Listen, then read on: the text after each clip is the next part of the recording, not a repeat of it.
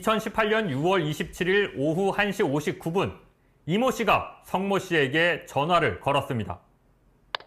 나야. 네네. 아유, 그거 다 안 해놨었어? 이 씨는 성 씨에게 이런저런 지시를 합니다. 그거를 네가 나서서 거기 그 일을 좀 해줄 수 있냐 이거지. 문제는 일도 아니죠. 근데 그거는 저기 그 애탁을 해놓은 거니까 상관은 없어. 최종 부도 처리가 됐다고 공시가 됐는데도요. 사업과 관련한 작은 문제를 논의하는 듯한 대화. 특별할 것도 문제될 것도 없어 보입니다. 그런데 전화를 걸어 지시를 하는 이 씨. 서울구치소에 수감된 재소자였습니다. 규정상 구치소 재소자의 전화통화는 3분으로 제한돼 있습니다. 그런데 이 씨는 이날 4분 10초 동안 통화했습니다. 이 씨는 어디서 전화를 한 걸까? 이날 이 씨는 서울중앙지검 1003호실에 가 있었습니다. 저널리스트가 확보한 2017년과 2018년 당시 서울중앙지검 1003호실의 출정 내역입니다. 앞서 들은 통화가 이뤄진 2018년 6월 29일 이 씨는 서울중앙지검으로 출정을 나갔습니다.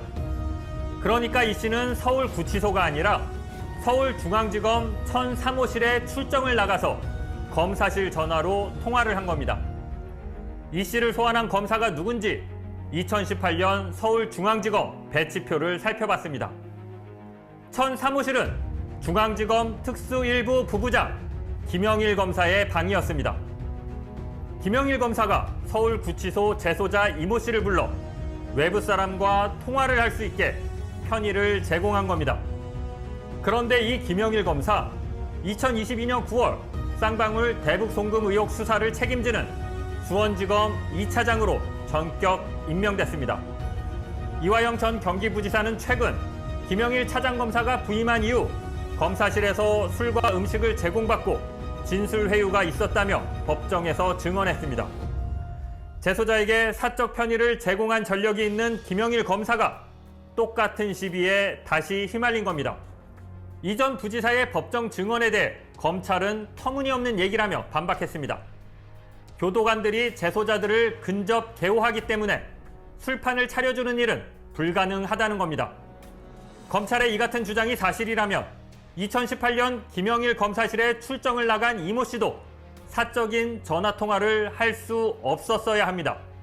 하지만 이 씨는 2018년 6월 18일부터 7월 2일까지 2주 동안 김영일 검사실에서 확인된 것만 6통의 전화를 했습니다.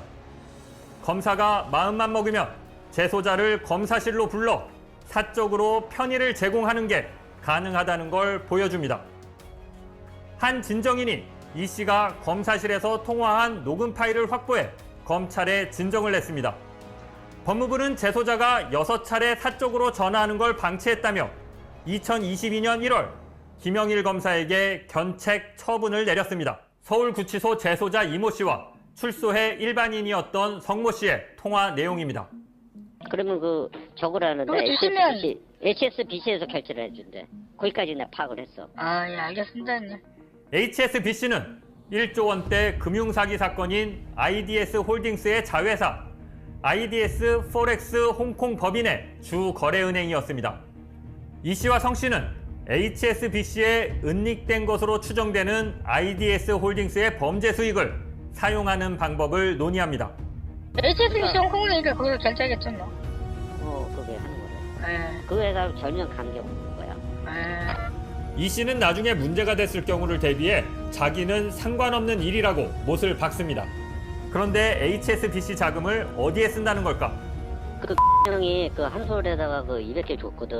응? 오늘 부도 처리됐어요, 아침에.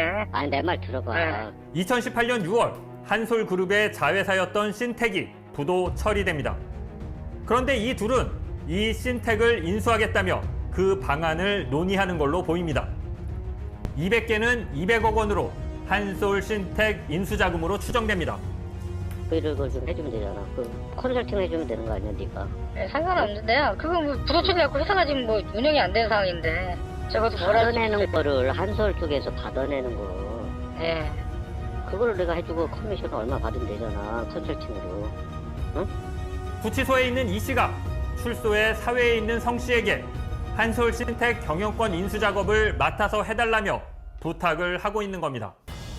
사건 브로커에 불과한 이 씨가 어떻게 홍콩에 은닉된 IDS 홀딩스의 범죄 수익으로 부도 기업을 인수하겠다는 걸까? 해답은 서울중앙지검 1003호실 김영일 검사실의 출정 기록에 있습니다. 사건 브로커 이 씨는 38번, IDS 홀딩스 사기 사건의 주범 김성훈 회장은 34번 각각 1003호실에 출정을 나갔습니다. 그런데 사건 브로커 이 씨와 IDS 김성훈 회장이 같은 날 김영일 검사실에 출정을 나가는 일이 잦았습니다. 김영일 검사실에서 이 씨와 김성훈 회장이 친분을 쌓았던 겁니다.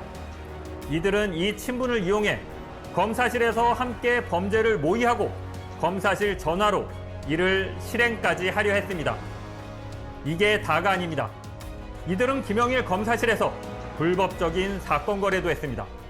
그리고 그쪽은 들어간 건 오늘 들어갔었어?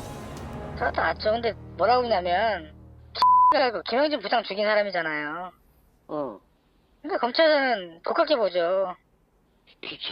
더 확실하지 그거. 그래서 이 씨는 김영중 검사의 고교동창 스폰서 사건의 김모 씨에게 검사가 실적을 쌓을 수 있는 범죄 사건을 제보해주면 1억 원을 제공해주겠다고 약속했습니다.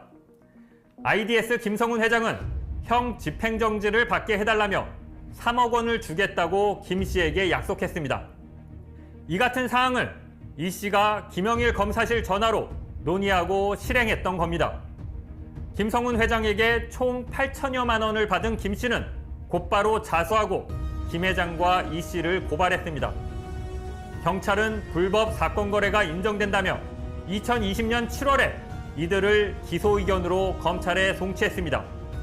하지만 검찰은 코로나를 핑계로 4년간 수사를 중단했다 최근에 재개했습니다. 김성훈 IDS, 김성훈은 그 사건 브로커 이라는 메신저 역할을 했던 적정 변호사가 있습니다. 이모 변호사라고.